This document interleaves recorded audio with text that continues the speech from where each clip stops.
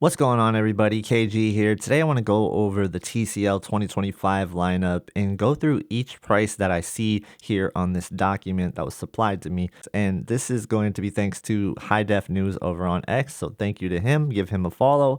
And this is going to be TCL's lineup, but with some minimum advertised price tags associated with it, as well as a release window and what the selling point of the TV is, the description of the TVs based on this retailer's chart. Now, I'm not exactly sure where this chart came from, but like I said, it's just a leak, but it does seem to be real. All this information on here seems to line up very well, and so I would think that all of this is real information. Now, if it's not, I do apologize, but with all that said, let's go through the whole entire lineup because I do have something to say about this first one, the QM6K. The QM6K is one of the TVs that I've been looking at for a while now, and I'm kind of scratching my head because I think people are really confused about this TV.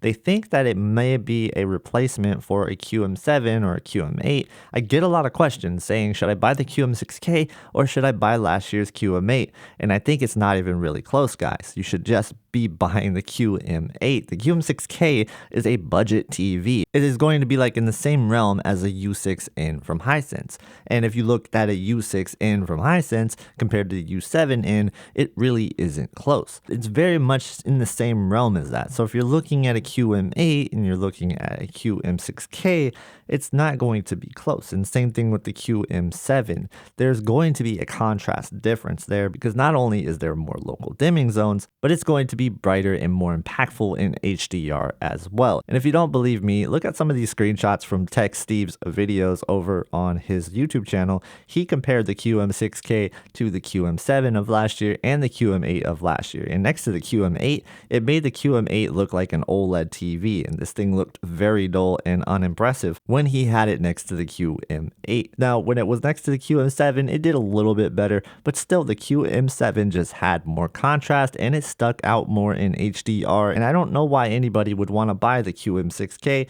over the QM7. So if you're looking at this TV, just use caution and understand what it actually is. It is a entry-level budget TV. It's not going to be something I could recommend for HDR. Now later on when it drops in price, maybe the QM6K is a decent pickup, but right now at these prices, heck no, do not buy this TV. There are so many better deals than this one right here.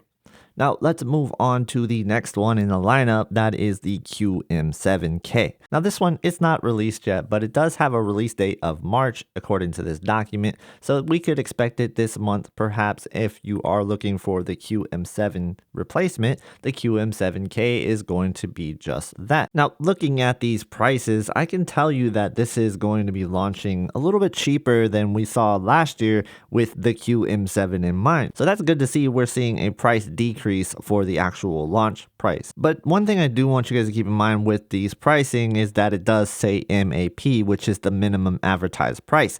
And what this typically is how far the TV price can go by the retailer itself. So it can't go any lower than what this price is unless the manufacturer says it can. So this is typically how it works in the TV world, but I do want you guys to keep that in mind. So technically these prices could be correct, but they might actually launch at a higher price tag than this, and this is what they'll eventually settle at for those first couple of months. Again, that's all speculation, and I'm not exactly sure if that's the case, but this is typically what we see from year to year. One thing worth noting with the QM7K this year is that there is going to be a new 115-inch size. It's coming in at $15,000 as the launch, and I have to say that maybe there's going to be a good sale price on these TVs a little bit later down the line, and we can see these at the lowest price ever for some of the 115 inches. So if you guys are looking for a 115-inch TV, but you've been waiting for the price to come down just a little bit more, maybe this is one to look at. I still think that 115 inches is a very expensive TV,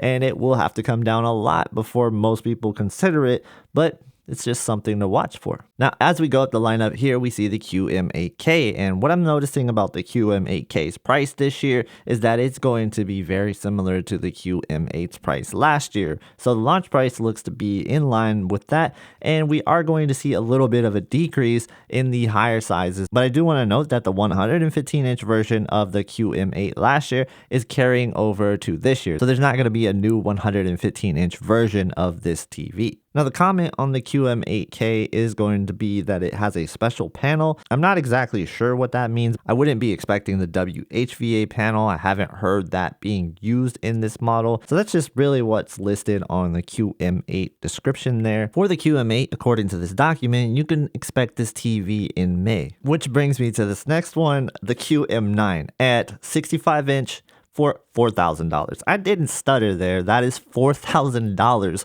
for a flagship TCL. Yes, I get it. It's their higher zone count. It's going to be their premium TV. But this is like even higher than what I would expect from Sony. Like, this is crazy to me. I don't know where TCL is going with these price tags. It feels like TCL is definitely feeling themselves a little bit too much on this TV. Now, maybe it's an incredible TV. Maybe I am completely wrong and it is totally worth the price tag. But man, we're talking about flagship level OLED TV prices right now. We're talking about LG G5 prices right now. So this has to be an incredible TV, because let's just take the whole TCL thing out of it. Like, let's pretend this is not even a TCL TV. Let's just pretend this is a big brand TV. Even then, this price tag would be crazy. A 65-inch LCD TV for this price, that's just nuts. I don't know what TCL is thinking, expecting people to pay for something like this. It doesn't make sense to me.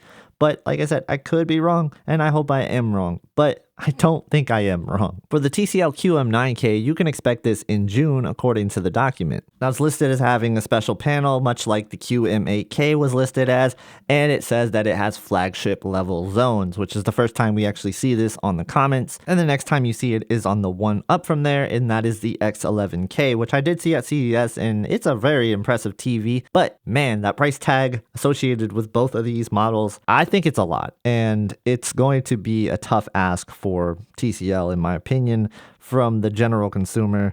And I think most people don't even consider TCL in that kind of realm to be asking for that price tag. I'm sorry, TCL, I like you, but you are definitely not there yet. So it's maybe time to come down to earth with these price asks, because some of them are a little ridiculous. Even if you talk about the QM8K and the QM7K, those launch prices, while they are lower than last year, and I do think they launched high last year, they're still pretty high if you consider what else is out there. So yeah, hopefully the prices do come down quite a bit, and they should come down, but these launch prices are ridiculous. What do you guys think? Tell me in the comments below. I'd love to hear your answer. Does TCL warrant charging these kind of prices now? Did they earn your respect over the last couple of years, or do you still consider TCL as a little bit lower than those top brands? Let me know what you guys think in the comment section below. Love to hear your answer. If you guys want to keep watching TV content, definitely check out this video right here. Thank you guys so much for watching. Please subscribe to the channel, and I hope to see you in the next one.